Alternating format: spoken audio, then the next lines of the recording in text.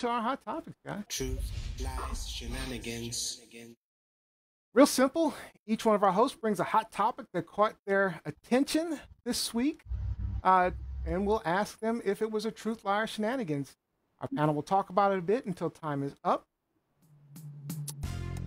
and then we'll go to our audience for questions and comments. So make sure you're talking to us in all our threads, including TikTok, Twitch, and Instagram. All right, guys. Let's start off with Gianni Storm. So after the Trump terrorist attacks Wednesday, what are we hearing about those offenders, Gianni? Is this truth, lies, or shenanigans? These are some truth. So, children of the Trump supporters or Trump rioters, rather, have been tweeting, and their tweets have been going viral because they have been naming their actual parents in the riot. So, these viral tweets have hit a nerve with many other Americans who have become distant from their loved ones in the Trump era.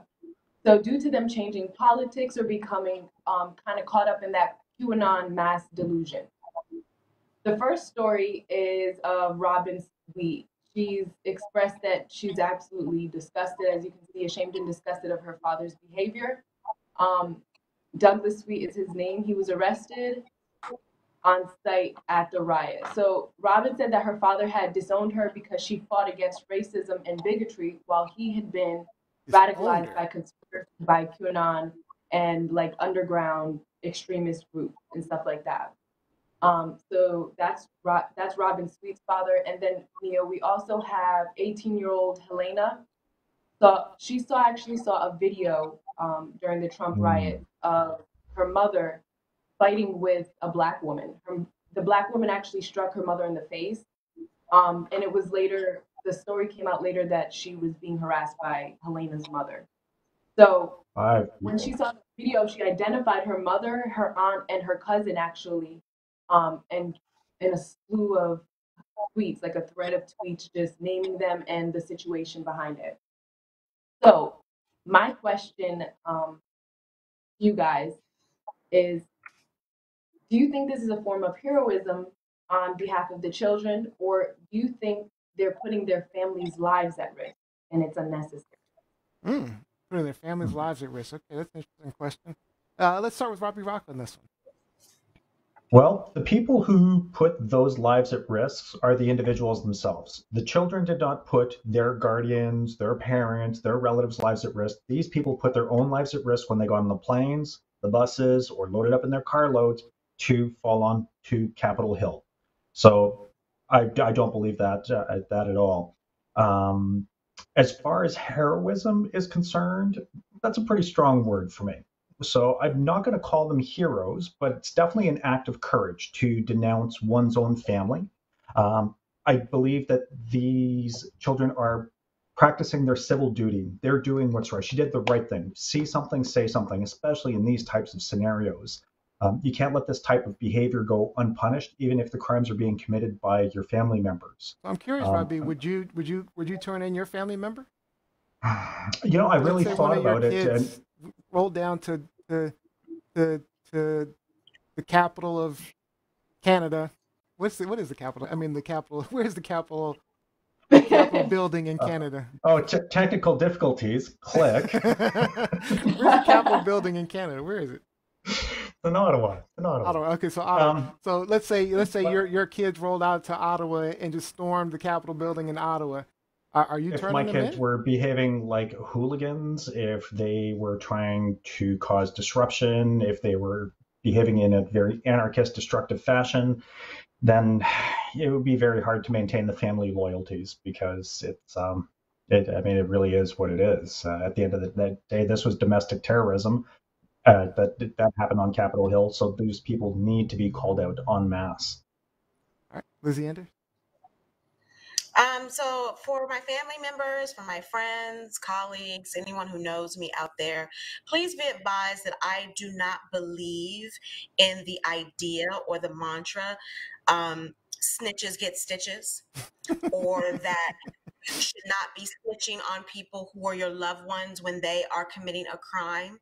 If you are stupid enough to be out there committing a crime, and then not just committing a crime, but then having the nerve to do it, being brazen enough to do it on camera, posting your images on the internet, then you get what you get. And if the police come asking me questions and I know something, absolutely I'm going to turn you in.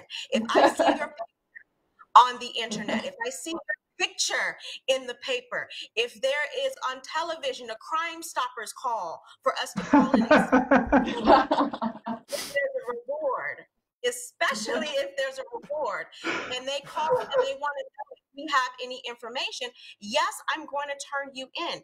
It is my civic duty. It takes a village, not only to raise children, but to keep everyone safe. And one of the reasons I truly believe that we have a lot of continuous, ongoing crime in our communities is because people are afraid to speak up, to say what they know. Just like Rob said, right after, 9/11, the country, at least in the United States, we had this mantra across the country, this slogan across the country. If you see something, say something. Okay, I saw you. I saw you at the Capitol. I saw you on TV. I saw you in those pictures, and I'm gonna say something. It's not up to me to keep you out of jail. That's That is true. not my I responsibility. agree with that. That's not my responsibility. I'm feeling you on that part. I don't know that I would turn my family members in. I'm just saying, I don't know. It would really depend. I'd have to see the whole, I'd have to take, before I made that decision, I'd take the whole of the situation in. I'm thinking a lot of these people turned in their family members because they were estranged in some way. Maybe the Trump situation estranged them, and they were like, "Oh my God, I don't like this. I'm definitely turning them in." I think that had something to do with it. I'm not sure if I just don't know that the family members that I love and care about that I would immediately just turn them in. I would definitely have some conversations with them. So I don't know. I'm a little iffy on that one. I'm just And I'm glad to hear you would challenge them on it, because to I would quote the definitely great challenge. Edmund There's Burke, no question about that. the only thing necessary I'd be pissed. for the triumph of evil is for good men to do nothing, right? Oh, yeah. So no, I'd be turn pissed. these people in. I'd probably Absolutely tell them to these turn people themselves in. And I'm putting you on notice, just so you know, Neo, if I see you, You never know. I might find myself. You never know. I might be in one of them. I'm not storming the Capitol though. I did want to point out. There was another one. Roseanne Boyland, Boyland's brother-in-law, was on. I don't know if you know. Roseanne Boyland was actually trampled during the riots, and she passed away. So I actually have a video of this. I just want to play this real quick. We appreciate your prayers and ask for everyone to respect our family's privacy as we mourn her death. Roseanne was very passionate about her beliefs, that the president's words and rhetoric incited a riot last night that killed 4 of his biggest fans. And I believe that we should invoke the 25th Amendment. So they're not just turning. I mean, and I agree. We should definitely be invoking the 25th Amendment. I wish he would just get out. They're talking about doing articles of impeachment tomorrow. But of course, it takes several weeks to actually go through all of that. But and can we just clear this up? Because I think that there is some misinformation out there about what impeachment is in this country. Remember, Donald Trump early last year, Donald Trump was impeached. An impeachment from the House of Representatives is basically like a censure, and a censure and or an arraignment. It is not a conviction. It is not a removal from office. Right. Once you are impeached, then it goes to the Senate, and the Senate is where they vote on conviction and or removal of office. So most people in this country are starting to realize, even if the House presents articles of impeachment tomorrow, it will be acquitted in the Senate. Even if by chance they take the rare step of seeking to impeach him after he is removed from office, it's still the same procedure. It still has to go to the Senate. And in the Senate, they would need not only to convict him, but they would need 16 senators to approve of an article that would say that he could never run for office again. So it's not just easy, okay, let's impeach him and he's gone. No, no, no, no. Bill Clinton was impeached. But yet, once it got to the Senate, they voted not to convict him. It's going to be the same thing with Donald Trump. All right. The best bet would have been the 25th. The best bet would have been the 25th. I don't want to end this conversation just yet, so let's extend it a little bit. I'm going to add a little more time, but let me get to some of these comments online because there's quite a few comments online. So Rupka says they're afraid to get the stitches. Sherry Blaine Priest says Lizzie Enders said it well. Kevin Daxton said it reminds me of a sheriff that turned in his nephew that had an AWOL warrant. He invited his nephew to dinner and arrested his nephew after dinner and turned him over to the army. Is this? I'm curious. Is this a personal anecdote? Kevin Daxton sharing a personal anecdote. Mike Wolf points out that Roseanne Boylan was photographed carrying a "Don't Tread on Me" flag. A "Don't Tread on Me" flag, which is apparently they didn't listen to her. Apparently they didn't listen to her. He also mentions there's no precedent for getting convicted after leaving office. No one's been terrible enough to get impeached twice. So that's a good point. And it's the long-standing ramifications that go with it too. Is that he loses his security detail, he loses his travel allowance, he loses the ability to run again in 2024. So American taxpayers should be really wanting him to be impeached. If convicted, the impeachment, he doesn't lose those things if he's impeached. He loses those things if he's convicted. And I believe that once he's out, that Congress is going to, both Republicans and Democrats alike, are going to be like, let bygones be bygones. Let the feds deal with him. Let the state of New York deal with him. The surefire way to get him not to be able to run for president again is if he is convicted in a court of law. Mm-hmm.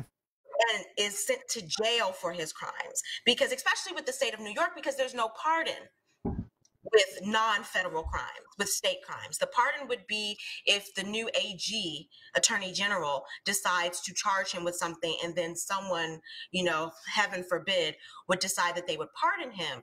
But that has nothing to do with the state of New York. The state of New York, and they are pissed. They've been chomping at the bit, waiting for him to leave office so they can get him. I hope they go through with it, because we need to see him in jail. I mean, I think we need to see him in jail. So Kevin Daxton says, I'm not sympathetic or empathetic to this person. Ultimate ironic ending. And then Jacqueline Roberts said, Kevin Daxton right? It's like something out of an Alfred Hitchcock movie. Kevin Brown says, I don't know if 16 Republican senators will vote that way. But right now, they're all in their feelings and should be. I agree with that. I mean, they're all in their feelings. Yeah. I mean, because these are the same senators, whether they are still shook over what happened on Wednesday or not. These are the same senators who have allowed him to grow into the beast that he has grown into unchecked. Yep. Unchecked. This isn't something new with Donald Trump. He has been doing this for the entire 4 years. And they've enabled him. They've enabled him. And one more thing, very quickly, Mike Winter, rightfully corrected me. An impeachment is more of an indictment than it is an arraignment.